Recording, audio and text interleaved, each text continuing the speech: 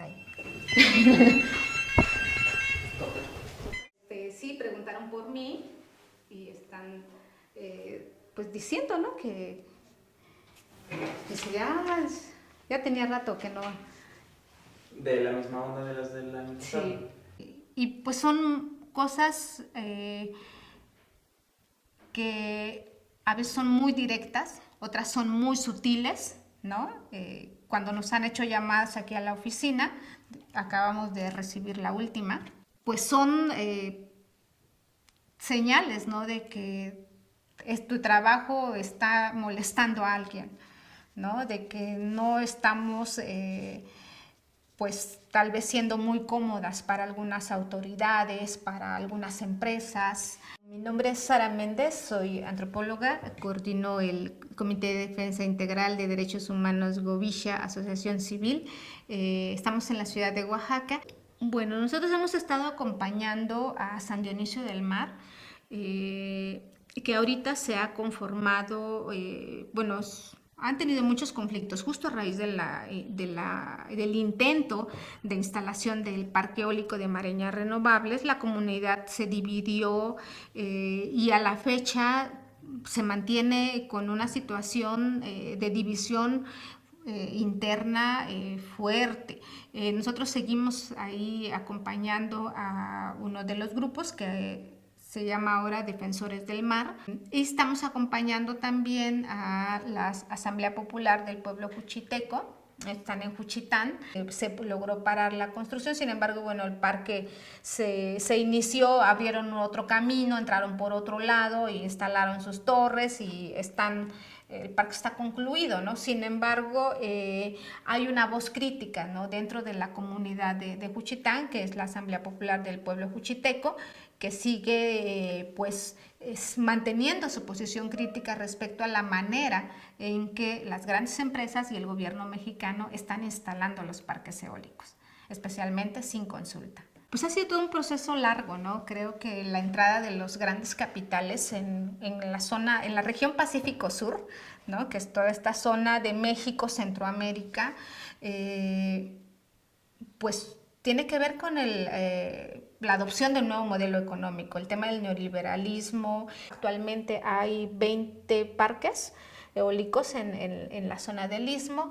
Lo que miramos y lo que la gente también percibe es una invasión, ¿no? Es como una nueva ola de colonización, ¿no?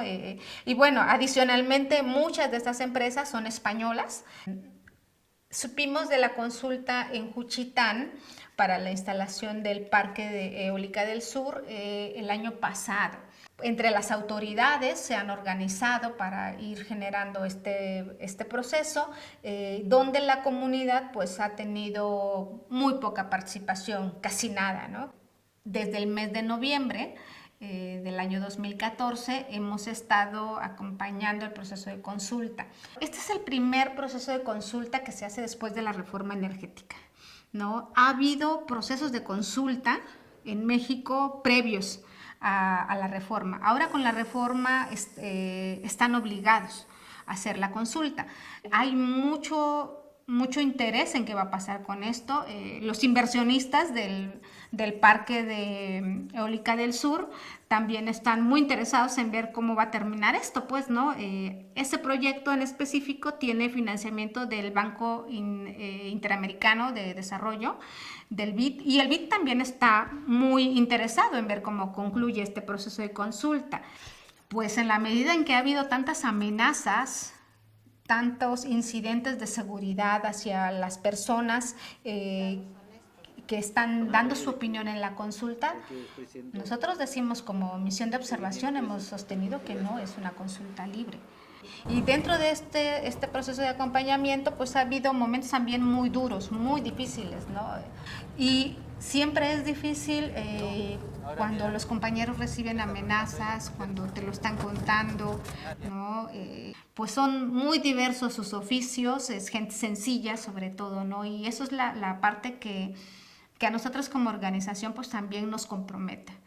O sea, no son los grandes líderes sociales ni políticos la gente que ha estado defendiendo sus tierras, es la gente más sencilla, es la que vive del campo, ¿no? La que sí se ve afectada por el hecho de ya no poder acceder normalmente a su parcela, por ejemplo, ¿no? Entonces, eso sí, es una afectación sobre una familia o sobre muchas familias que están en la misma situación. Lamentablemente no todos se atreven a alzar la voz y a denunciar, ¿no? O sea, son muy pocos.